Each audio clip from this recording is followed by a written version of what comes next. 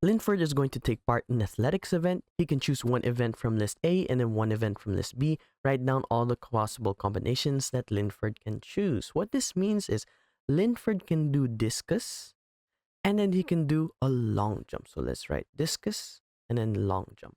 He can also choose discus, and instead of choosing long jump, he can choose pole vault. So discus, pole vault.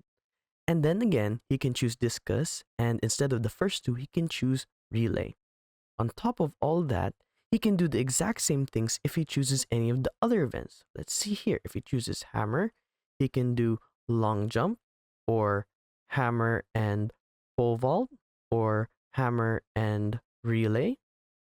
He can even do javelin and long jump, javelin and pole vault, javelin and relay. Then again, he can do shot put and long jump, shot put and pole vault, and finally shot put and relay. Thanks for watching. Cram, then scram.